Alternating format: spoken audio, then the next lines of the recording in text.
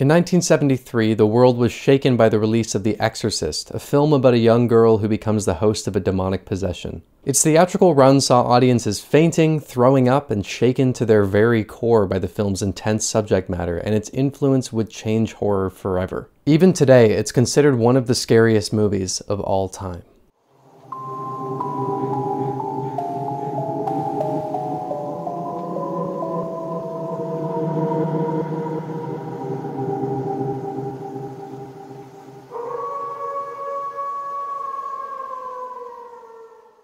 Good evening.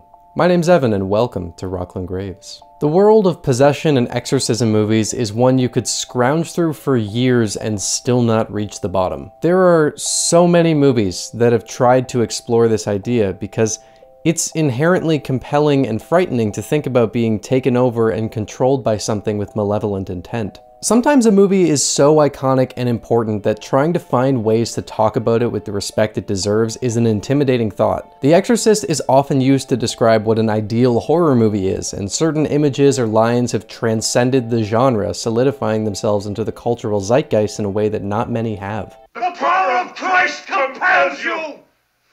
The power of Christ compels you! In 1971, William Peter Blatty released a novel simply called The Exorcist. The book was inspired by the supposed possession and exorcism of a 14-year-old boy documented under the names Roland Doe or Robbie Mannheim in the late 1940s. Blatty then went on to write a screenplay for a feature film adaptation of the novel, which was directed by William Friedkin at Blatty's insistence to the studio because of the two being good friends. The movie was made for $11 million and released on December 26th of 1973, and still to this day is the second best performing film to release during the week of Christmas after the Titanic. The movie was an instant hit that truly terrified an audience that had never seen anything even remotely like it before, and became notorious for having people leave the theater, pass out, vomit, and I'm sure some people even managed to do all three simultaneously. It's been 50 years since that movie came out, so it's hard to say anything about it that hasn't already been said. I'm making this video out of sheer respect for this magnum opus, and hopefully I'll be able to explain why it means so much to me personally. Let's take a look at this beast. The opening of the film sees Father Lancaster Marin leading an archaeological dig in northern Iraq. Father Marin is played by a then 43-year-old Max von Sydow, and while his background is kept very limited and his screen time is quite short, he's an integral part of this story. I remember being so confused when I was younger, seeing Max von Sydow like 40 years later, because he's done up to look like an old man in this movie, and the makeup is pretty convincing, and his body language, it fully sold young me as this being an actual old guy. During the dig, a medallion of St. Joseph is uncovered, along with a small artifact depicting the fictional ancient demon Pazuzu. It's unknown to the audience at this point, but Father Marin has encountered this demon before, and as he wanders the streets, he spots multiple omens, leading the priest to believe that he'll be meeting this foe once again. He makes his way to a lookout where two dogs brutally fight, one dark and one light, and Father Marin faces a tall statue of Pazuzu as he prepares himself for what's to come. That whole opening sequence does something really important by setting up the events of the movie as being part of something much bigger. Instead of just seeing what happens in the house in Washington, we see just how far back this goes when the artifact is found, and images like this give a lot of gravity to the demon and the coming fight against it. These dark, hazy shots give things an otherworldly tone that then carries on as Reagan's state worsens, directly bridging what was found in Iraq to the events that transpire later on. First scene of the movie, and I'm already gushing this much about the details in the script. Before we get any further, I want to clarify that the version of the movie I'll be talking about in this video is the original cut and not the 2001 extended version. I had a hard time trying to settle on which version I'd be focusing on, but I went for this one because it's the original release, and a lot of what was added to the extended version cheapened the movie. There's things I like about both, so I'm gonna work on a dedicated video comparing the two at a later time, but for this video, it felt more fitting to focus on the more lean release. Following the cold open, we meet Chris MacNeil going over a script for a movie that she's working on. She's renting a house in Georgetown, Washington with her daughter Reagan because the production is taking place there. It's directed by Burke Dennings, both a colleague and a friend to Chris, who'd most assuredly be outed as spending time on some island were he alive today. Shall we summon the writer? He's in Paris, I believe. Hiding? Fuck it. There's more detail about the whereabouts of Reagan's father in the novel, but the movie gives the necessary information that he's not really in the picture anymore. He doesn't even call his daughter on her birthday, for Christ's sake? Maybe the circuit is busy. Oh, circuit's my ass. He doesn't give a shit. Linda Blair was only 14 at the time of the movie's release, and I've always thought she gave one of the most natural performances of a kid. It takes a while before things get really crazy, and the movie uses that time to make you care about the McNeils and the people who are trying to help them get through the awful things that happen. Reagan spends most of the movie in a very aggressive state, but the scenes between her and Chris before the possession takes place have a really sweet quality to them. The role of the house staff is a lot less significant in the movie than it was in the book, with things like the subplot about Carl and Willie's daughter being cut completely. Sharon has more of a presence in the movie than the older couple, but her role was also cut down quite a bit. But I don't think that there's anything cut from the book that damages the adaptation. I really enjoyed a lot of the interactions with the house staff in the novel, but the cuts that were made all make sense. Those things probably would have muddied the movie and led to other elements being rushed. There are some things that just work better in a novel format, and a lot of the conversations between characters, the medical side of things, and Father Karras' internal battle of faith, while explored in more detail in the novel, wouldn't have translated as well. I need reassignment, Tom. I want out of this job. It's wrong. It's no good. All of those things are present in the adaptation, but they're handled in a different way to make it all work as a screenplay. Father Karras goes through a lot internally through his struggle to determine whether or not Reagan's state is a genuine case of possession or something medical, and there was something really interesting that began to happen where he was almost hoping it was possession. He's experiencing a loss of faith, and if this really is a demon taking over Reagan's body, then that would also mean that God must exist. So he starts to hope that it is a genuine possession because that will restore his faith in the thing that he's dedicated his life to. Damian Karras is such a fantastic character with a really engaging and relatable arc throughout the story.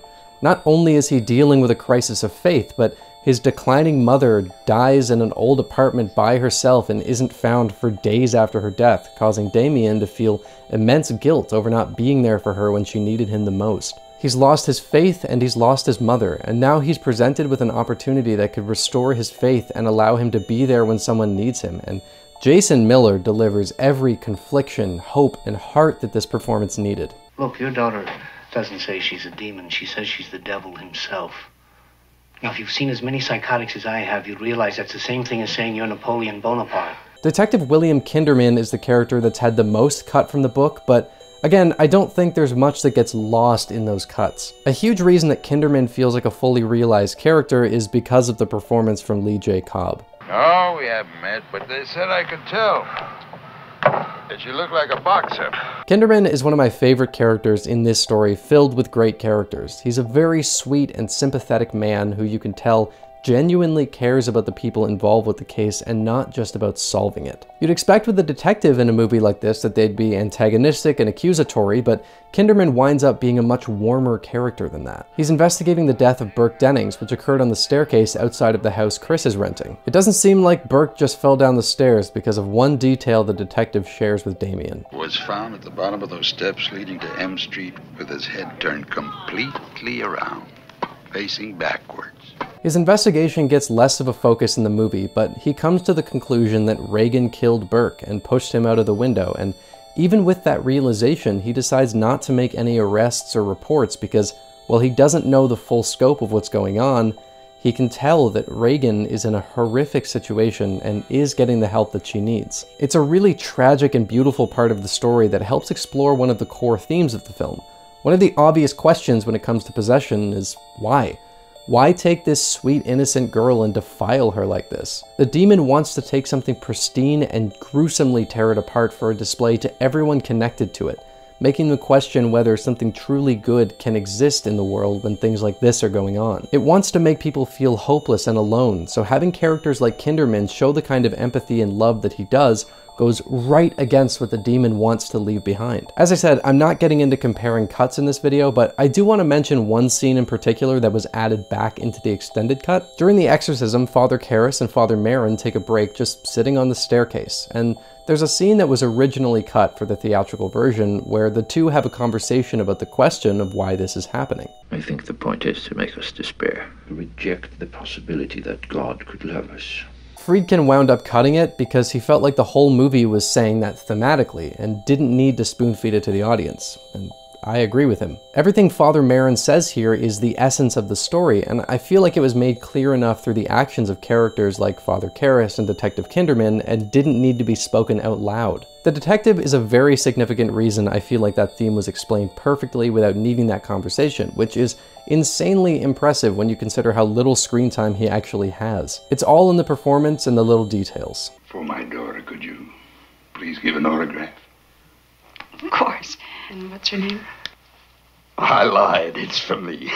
I'll be moving on in a second, but there's one more character I need to talk about, and that's, of course, Chris MacNeil. Ellen Burstyn gives one of the best performances I've ever seen. It's so sad to see what she goes through here. I find it really impressive how deeply you grow to care about Regan. For most of the movie, she's just not there, but those few scenes Chris shares with her, and then the immensely powerful and emotional performance she gives as she watches her daughter go through this awful experience and disappear in front of her, makes it feel so genuine. The scene where Chris first meets Father Karras and breaks down begging for his help when he shows skepticism about the effectiveness of an exorcism is absolutely heartbreaking. Christ wants somebody No, to you help don't me. see, you don't understand. Your God, daughter. can't you help her? Just help her. It's through Chris's eyes that a lot of the horror of this movie comes from, and it's one of the best performances the genre has ever gotten. It will involve another spinal. Oh, Christ.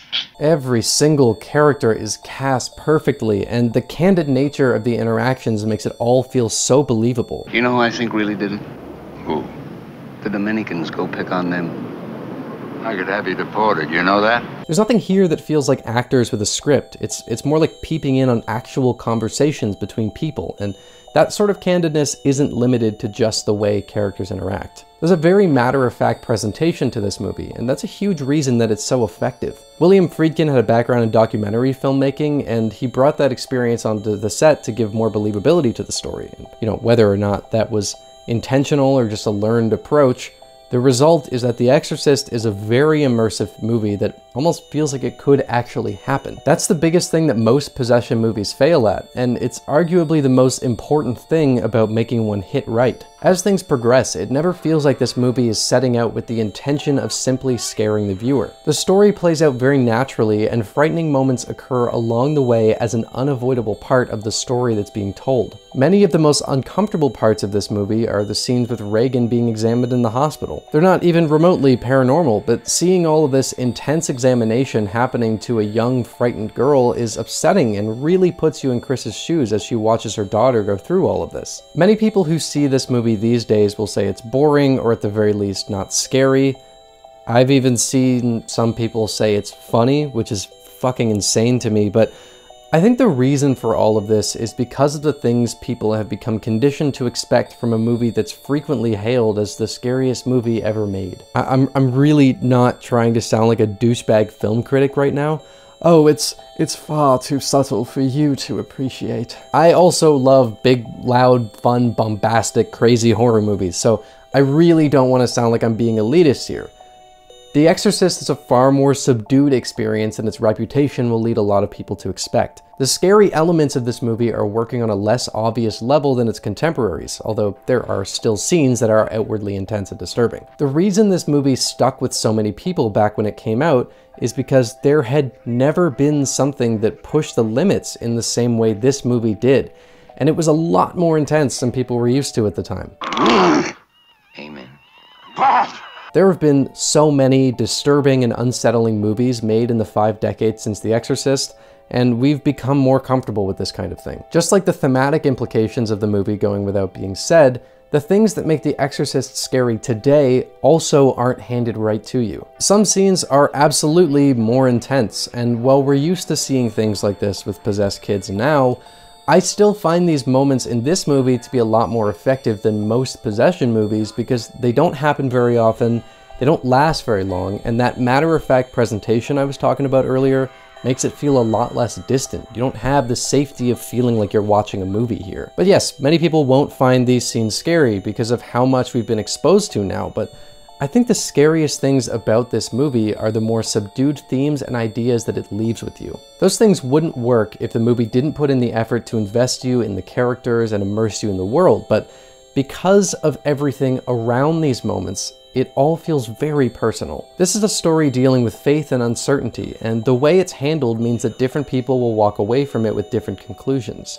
That kind of thematic exploration relies on the viewer being invested in the people the story focuses on, and I'd wager that the movie's reputation of being the scariest movie of all time leads a lot of people to go into it expecting that the intense moments they've heard about will be the thing that delivers on that promise. Because people will approach the movie that way, it's possible they just won't care about getting invested in Chris, Damien, and William, and will instead focus all of their attention on Regan.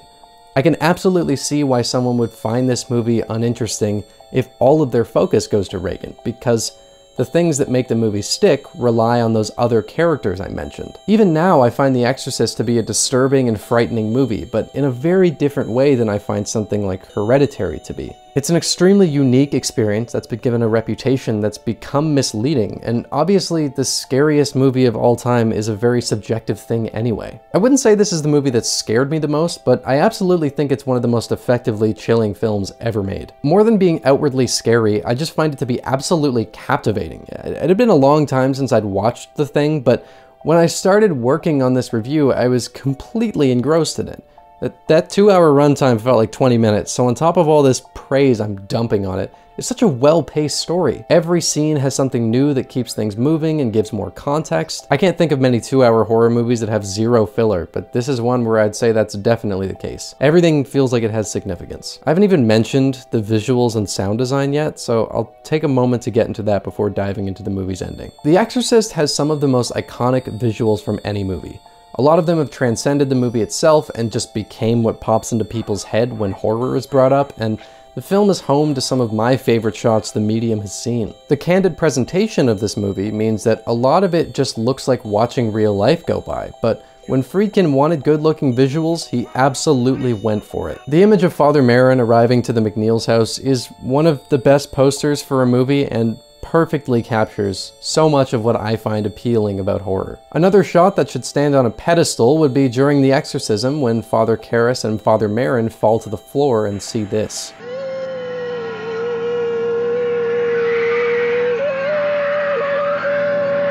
That is one of the most haunting images I can think of. The whole exorcism is incredible, but this is a major highlight. Moments like these are accentuated because of how infrequently these otherworldly images come up. With everything else being presented in such a realistic way, these brief moments serve as a reminder of the looming evil that's here. It's a chilling way of giving the evil more presence without making it all feel over the top, which is a discipline that so many movies don't have. The sound design is something that deserves equal praise. A lot of the disturbing feeling of this movie comes from the way Regan sounds, but they don't ever go too far with it to the point that it becomes silly. The broken breathing, rotten cackles, and the raspy, torn-up voice she speaks with all sound so fucking creepy, and there will occasionally be an imitation of someone else to toy with people's head. When you're helping old altar boy, Father. There are tons of subtle sounds in the heavy layers that all add up to a very unsettling soundscape. Most of the score is creepy, scratchy strings and slow ambient buildup, but a lot of the movie is completely void of any music. That allows the sound design and visuals to carry things, and that's another part of the production that I feel makes it very believable. I know I'm like hyper-analyzing every detail of this movie, but that's because it's all so meticulously crafted to build up what's, in my opinion, a perfect movie. Every little element is handled with so much attention and care. I'm going to talk about the ending of the movie now, so despite the fact that The Exorcist came out 50 years ago and you really should have seen it by now, I figured I'd give a heads up just in case. The Exorcism makes up the last quarter of the movie and has multiple moments that have become ingrained in popular culture, and for good reason. This whole sequence is absolutely fantastic. Because so much of this is iconic at this point and it's been talked about half to death, I'm not going to touch on too much of it.